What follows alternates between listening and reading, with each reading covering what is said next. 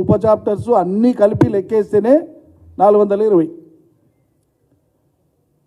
ముందు ఇవి ప్రాధాన్యత క్రమంలో అత్యంత ఆవశ్యకమైనవి, అత్యంత అవసరమైనవి, తప్పనిసరిగా చేయవలసినవి ఏవైతున్నాయో ఇవి చేయమండి.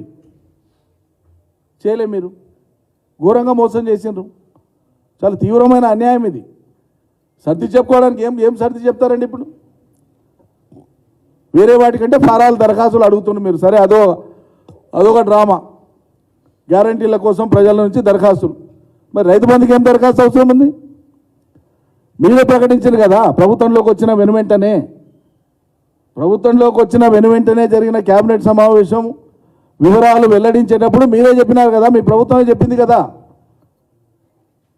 ఈ దఫా అయితే రైతు బంధు పాత పద్ధతిలోనే ఇస్తాం అని చెప్పినరా లేదా?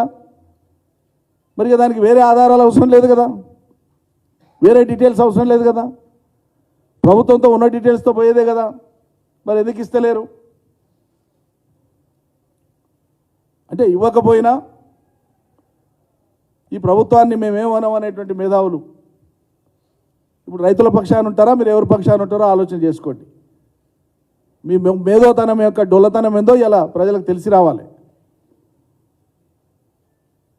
100 చేసినా మీలాంటి వాళ్ళ నమస్కారం ఒకసారి స్వీకరించలేదన్న అక్కస్తోనా, పలకరించలేదన్న అక్కస్తోనా రకరకాల